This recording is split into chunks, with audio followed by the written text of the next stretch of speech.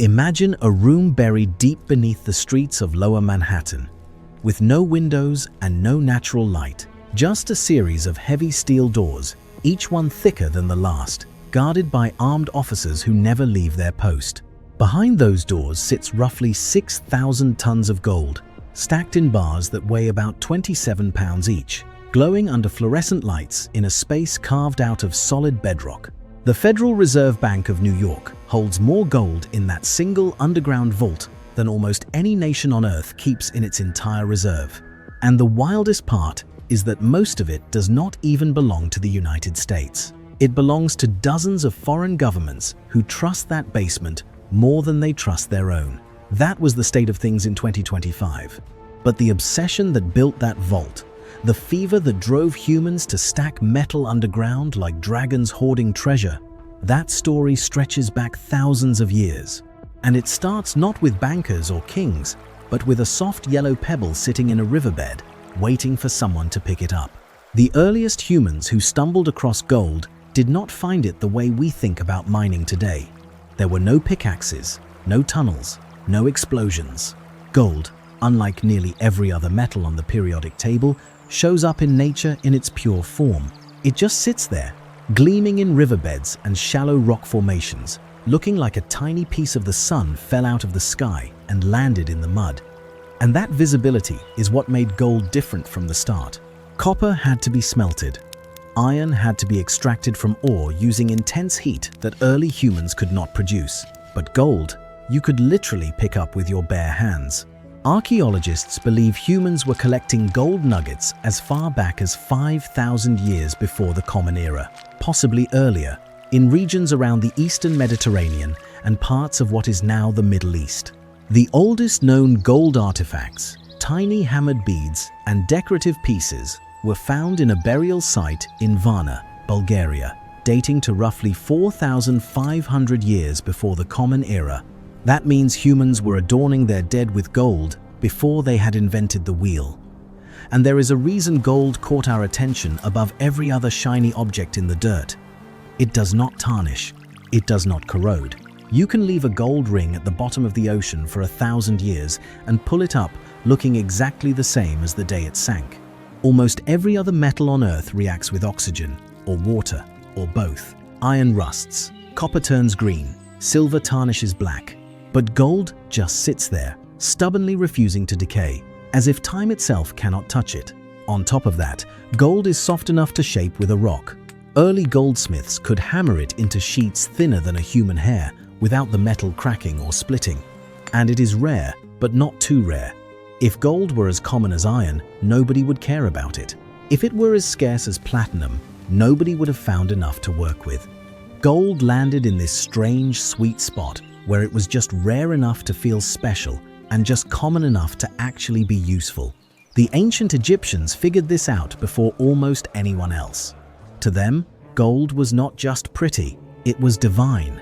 The Egyptian word for gold was nebu, and they associated it directly with the flesh of the sun god Ra. When pharaohs died, their bodies were wrapped in gold because the Egyptians believed it would preserve them for eternity, linking them to the gods in the afterlife. And honestly, given what we know about gold's resistance to decay, that belief was not entirely crazy. The most famous example is the burial mask of King Tutankhamun, a solid gold face covering weighing over 22 pounds, discovered in 1922 by Howard Carter in the Valley of the Kings. That mask had been sealed in a tomb for over 3,000 years, and when Carter's team pulled it out, it looked like it had been polished yesterday. I mean, think about that for a second. 3,000 years underground, and the thing still shines. No other material on Earth could have survived that burial looking like that. The Egyptians built entire economies around gold mining. They sent thousands of laborers, many of them prisoners of war and enslaved people, into the brutal deserts of Nubia, a region whose name literally comes from the Egyptian word for gold. The mines at Wadi Hammamat and the Eastern Desert became some of the most productive gold sources in the ancient world. Conditions were horrifying. Workers spent their days chipping at quartz veins in tunnels barely wide enough to crawl through, breathing rock dust in temperatures that could reach well over 100 degrees. The Greek historian Diodorus Siculus, writing centuries later, described these mines as places where death was considered a relief. And all of that suffering, all of that labor, went toward producing a metal that the pharaohs used to decorate their tombs and temples. Gold was so central to Egyptian identity that when they mapped the known world, they marked gold mines the way modern maps mark capital cities. But Egypt was not alone in its gold obsession. Across Mesopotamia, goldsmiths in the city of were crafting intricate jewelry, crowns, and ceremonial daggers with gold blades as early as 2,500 years before the Common Era. The royal tombs of excavated in the 1920s by Leonard Woolley, contained staggering amounts of gold artifacts buried alongside their owners. Gold helmets, gold drinking cups, gold headdresses decorated with leaves and flowers, so delicate they looked like they might blow away. These were not just pretty objects. They were status symbols, political tools, and religious offerings all at once. Whoever controlled the gold controlled the narrative about who mattered and who did not. This decision seemed small at the time. It was not, because once humans made the leap from gold is beautiful to gold is sacred to gold equals authority, there was no going back. The real turning point came around 600 years before the Common Era in a small kingdom called Lydia, located in what is now Western Turkey. The king at the time was a man named Croesus, and he did something that changed the trajectory of civilization forever. He minted the first standardized gold coins. Before Croesus, trade worked on a barter system or relied on weighed lumps of mixed metals that had to be tested every single time they changed hands. Croesus stamped his coins with a fixed weight and purity, backed by the authority of his kingdom. Suddenly, you did not need to weigh anything. You did not need to test anything. You just counted the coins. The Lydian gold stater, stamped with the image of a lion, became the first widely trusted currency in the Western world. And just like that, gold went from being a decoration for the dead and a crown for the powerful to being the backbone of everyday commerce. Croesus became so wealthy from his gold that his name became a proverb. Rich as Croesus was the ancient version of calling someone a billionaire, but his wealth did not save him. The Persian king Cyrus the Great conquered Lydia around 546 before the Common Era, captured Croesus, and absorbed all that gold into the Persian Empire, which, looking back, was either incredibly brave or incredibly predictable. Rome took the lesson even further. By the height of the Roman Empire, gold was not just currency, it was fuel. The Roman aureus, a gold coin weighing about 8 grams, paid soldiers, bribed politicians, funded construction projects from aqueducts to the Colosseum, and kept the entire imperial machine running. Rome's expansion into places like Spain, Egypt, and Dacia in modern-day Romania was driven in large part by the need for more gold to keep the treasury full. The conquest of Dacia alone, completed by Emperor Trajan around 106 in the Common Era, reportedly yielded over 165 tons of gold and 330 tons of silver. That single military campaign funded a building spree across Rome that included Trajan's Forum, Trajan's Column, and massive public works projects that employed tens of thousands. The mines at Las Medulas in northwestern Spain became one of the largest gold mining operations in the ancient world. Roman engineers used a technique called ruina montium, which translates roughly to wrecking of mountains. They channeled enormous volumes of water through tunnels carved into hillsides, causing the rock face to collapse and exposing the gold-bearing ore underneath. They literally demolished mountains to get at the gold inside.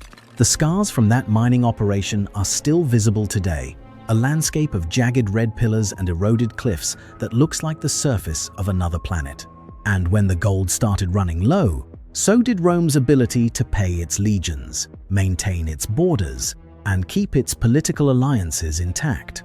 Later, emperors began debasing their gold coins, mixing in cheaper metals to stretch the supply, which triggered inflation and eroded public trust in the currency. Everything was in place for collapse. Rome just did not know what everything was building toward. For a while after Rome fell, gold retreated into the background of European life. The Middle Ages were dominated by silver and land as primary stores of wealth, with gold reserved mainly for church treasures, royal crowns, and the occasional diplomatic gift. The Byzantine Empire in Constantinople continued minting the gold solidus, a coin so reliable that it remained the standard of international trade for over 700 years. But in Western Europe, gold was scarce. Mines had been exhausted, trade routes had collapsed, and most people lived in agrarian economies where a cow was worth more than a coin. Gold never truly disappeared from the human imagination, though. Islamic caliphates in the Middle East and North Africa continued minting gold dinars that circulated across a trade network stretching from Spain to India.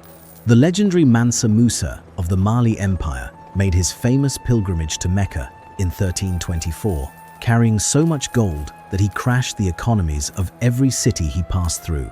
His caravan reportedly included 60,000 men, 12,000 of them servants, each carrying 4 pounds of gold bars, along with 80 camels, each hauling 300 pounds of gold dust.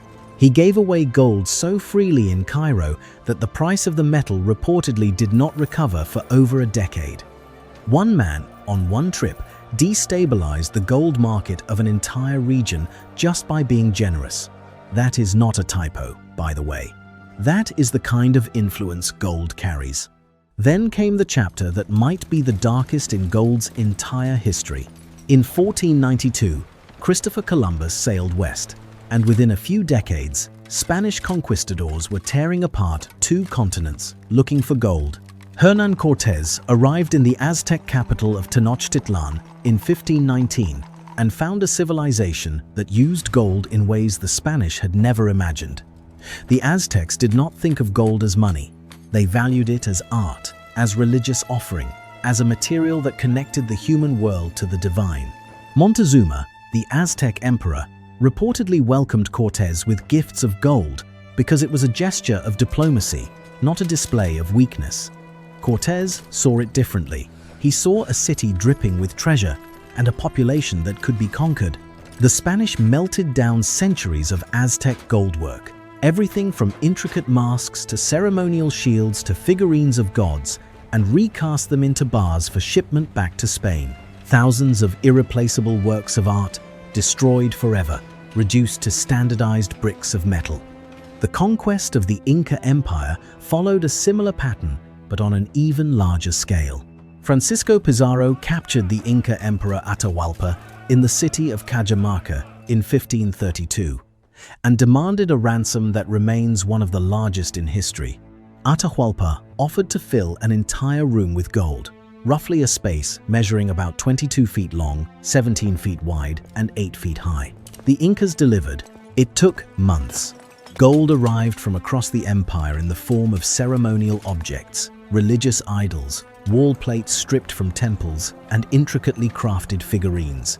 Historians estimate the total haul weighed somewhere around 6 tons, and Pizarro executed Atahualpa anyway, strangling him publicly in the town square after a sham trial. The gold that flowed from the Americas to Spain over the following century was staggering. Historians estimate that between 1500 and 1600, the Spanish extracted somewhere around 180 tons of gold from the New World. Ships loaded with treasure crossed the Atlantic in heavily armed convoys called the treasure fleets. And even then, many were lost to storms, pirates, and rival navies. But all that gold did not make Spain permanently rich. It fueled inflation, funded wars that drained the treasury, and created a dependency on colonial extraction that weakened the empire from within. The same metal that built Spanish power was quietly eroding its foundations. So yeah, not great. The next great wave of gold fever hit in the middle of the 1800s. And this time it was not kings or conquerors leading the charge. It was ordinary people. On January 24th, 1848, a carpenter named James Marshall spotted something glinting in the tail race of a sawmill he was building for a landowner named John Sutter near Coloma, California. He picked it up, bit it, tested it, and confirmed it was gold. Within months, word spread. Within a year, Roughly 300,000 people from across the United States and around the world had flooded into California. They came by ship around the tip of South America. They came overland on wagons through deserts and mountain passes that killed thousands of them. They came from China, from Chile, from Australia, from Ireland, from everywhere. The California Gold Rush was not just an American event, it was a global migration triggered by a single discovery in a riverbed. And the reality inside the mining camps was nothing like the romantic version. The vast majority of prospectors found little or nothing. Prices in boomtowns were insane. A single egg could cost the equivalent of $25 in today's money. A shovel might cost what a miner earned in a week. The people who actually got rich during the gold rush were mostly the ones selling supplies to miners, not the miners themselves. Levi Strauss built his clothing empire, selling durable work pants to prospectors. Sam Brannan, the man who famously ran through the streets of San Francisco shouting about gold at Sutter's Mill, had already bought up every pickaxe and pan in the region. He became California's first millionaire without ever mining a single ounce. The fever did not stop in California. Gold was discovered in Australia in 1851 near Bathurst in New South Wales, triggering a rush that doubled the colony's population within a decade. Melbourne went from a quiet settlement to one of the richest cities in the world almost overnight. The Victorian goldfields around Ballarat and Bendigo produced so much gold that Australia briefly rivaled California as the world's largest producer. The social upheaval was enormous. The Eureka Stockade of 1854, a miners' rebellion against unfair licensing fees, became one of the defining moments in Australian democratic history. Gold did not just make people rich, it reshaped entire political systems. The Klondike Gold Rush of 1896 sent 100,000 people trudging through the brutal Canadian wilderness toward the Yukon, and fewer than half of them even made it to the goldfields. The journey required crossing the Chilkoot Pass, a nearly vertical climb through waist-deep snow carrying a literal ton of supplies. Because the Canadian government required each prospector to bring a year's worth of provisions before entering the territory, thousands died of cold, disease, and starvation along the way. And still they came, because gold does something to the human brain that almost nothing else can. It makes the impossible seem reasonable. It makes the dangerous feel worth the risk. It makes people abandon everything they know for the chance, just the chance of striking it rich. The gold rush era produced relatively few wealthy miners, but it produced something arguably more significant. It proved that the mere rumor of gold could move hundreds of thousands of people across oceans and continents, reorganizing entire societies in the process. By the time the gold rushes faded, gold had already cemented itself as the foundation of the modern financial system. Britain had formally adopted the gold standard in 1821, pegging the value of the British pound to a fixed quantity of gold. The decision was not arbitrary. Britain was the world's dominant economic and naval power at the time, and tying its currency to gold gave the pound a credibility that no other currency could match. Other nations followed because they had to. If you wanted to trade with Britain, you needed a currency that could be exchanged reliably for pounds, and the easiest way to ensure that was to peg your own currency to gold as well. By the late 1800s, most major economies operated on some version of the gold standard, meaning their paper money was backed by and convertible into actual physical gold held in government vaults. The system worked mostly because it imposed discipline. Governments could not just print money whenever they felt like it. Every dollar, pound, or franc in circulation was supposed to represent a real quantity of gold sitting in a vault somewhere. This kept inflation in check and made international trade predictable because exchange rates were effectively fixed. But the gold standard had a brutal downside. When economies contracted, governments could not inject money to stimulate growth because they did not have the gold to back it. During the Great Depression, countries that clung to the gold standard suffered longer and deeper recessions than those that abandoned it. Britain left the gold standard in 1931. The United States effectively left it in 1933 when President Franklin Roosevelt made it illegal for private citizens to hoard gold and revalued the dollar from roughly $20 per ounce to $35 per. Ounce. After World War II, the Bretton Woods Agreement of 1944 created a new system where the US dollar was pegged to gold at $35 per ounce, and all other major currencies were pegged to the dollar. This made the United States the center of the global financial system, with its gold reserves at Fort Knox serving as the ultimate guarantee. That system lasted about 27 years.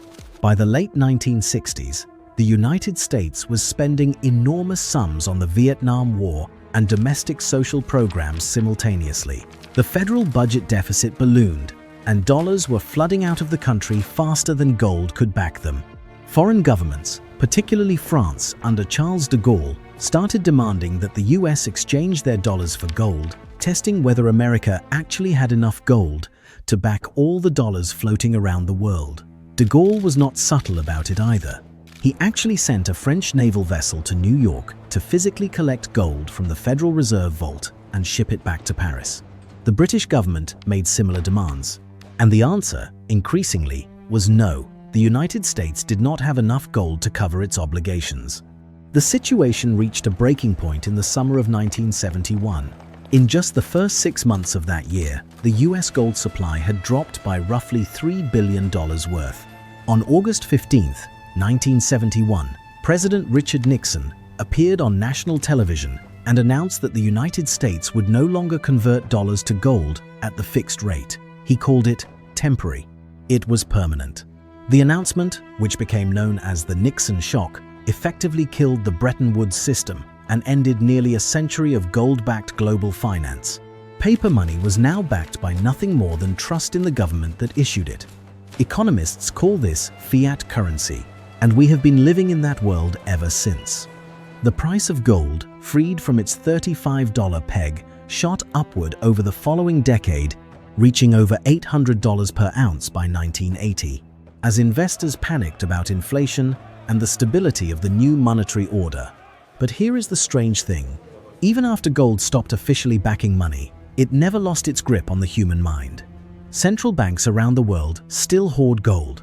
As of recent reporting, global central bank gold reserves sit at over 35,000 tons. The United States alone claims to hold about 8,133 tons, the majority of it locked inside the Fort Knox Bullion Depository in Kentucky and the Federal Reserve Vault in New York. Germany holds about 3,350 tons. Italy holds about 2,450 tons. Even countries that have no memory of the gold standard, countries that have used fiat currency for their entire existence, still stockpile gold as a reserve asset. Why? Because when everything else fails, when currencies collapse, when governments default, when markets crash, gold is still there. It does not depend on any government's promise. It does not need an internet connection or a power grid.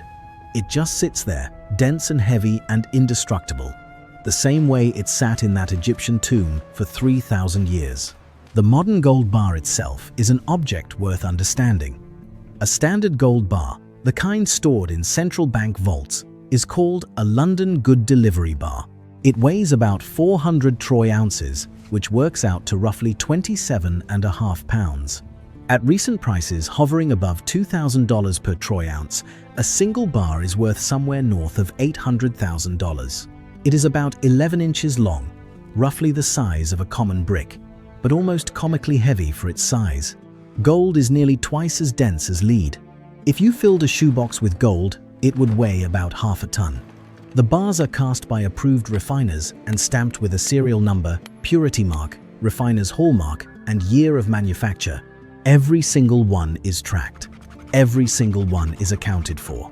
And gold is not just sitting in vaults, doing nothing. It flows through the global economy in ways that rarely get attention.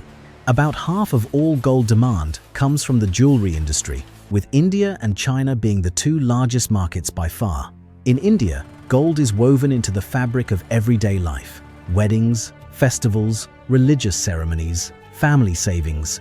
Indian households are estimated to hold more than 25,000 tons of gold, more than the official reserves of the United States, Germany, Italy, and France combined. It is not just decoration. For hundreds of millions of Indian families, gold is the savings account, the insurance policy, and the inheritance all in one. Around 7 to 8% of annual gold demand goes into technology, because gold is an outstanding conductor of electricity and resistant to corrosion, making it essential in circuit boards, smartphones, satellites, and medical devices. There are traces of gold in the phone you are probably watching this on right now. Every time you send a text or make a call, electrical signals are passing through tiny gold connectors that keep the circuit reliable. NASA uses gold-coated visors on astronaut helmets to reflect infrared radiation. Gold nanoparticles are being tested in cancer treatments because they can be targeted to tumor cells and heated with lasers to destroy them without damaging surrounding tissue. The metal that ancient Egyptians buried with their dead is now being used to fight diseases they could not even name. Investment demand, including coins, bars, and exchange-traded funds, accounts for roughly another quarter of total demand. Gold-backed exchange-traded funds alone hold over 3,000 tons of the metal in vaults around the world. And central banks themselves have been net buyers of gold for years, adding hundreds of tons to their reserves annually as a hedge against economic uncertainty. In 2022 and 2023, central banks bought more gold than at any point in decades, with countries like China, Turkey, and India leading the purchases. The journey of gold from a riverbed pebble to a 400-ounce bar locked inside a vault 70 feet below the streets of Manhattan is one of the most revealing stories about human nature ever told. We did not choose gold because it was useful. For most of history, it was terrible at the things we needed most. You cannot build a tool with it because it is too soft. You cannot eat it. You cannot burn it for warmth. You cannot make a weapon out of it. Gold won because of what it represents, not what it does. It is permanence in a world where everything else decays. It is certainty in a world built on promises that get broken. It is beauty that does not fade, value that does not need an explanation. Every civilization that has ever risen to prominence has eventually fallen. Egypt crumbled, Rome collapsed, the Spanish Empire faded, the British Empire dissolved, the gold standard itself died, but the gold that each of those civilizations prized is still here. The same atoms that Tutankhamun wore on his face are still somewhere on this planet, probably melted and recast a dozen times, flowing through the world economy in a form the pharaohs would not recognize, but would still instinctively reach for. Gold outlasts the people who hold it. Gold outlasts the nations that hoard it. Gold outlasts the systems built around it. And that might be the real reason we cannot let it go. Not because gold is permanent, but because we wish we were. If this story pulled you in, hit subscribe and leave a comment telling us what other object or material deserves its own deep dive. And if you found something new in here, smash that like button so more people can find this video.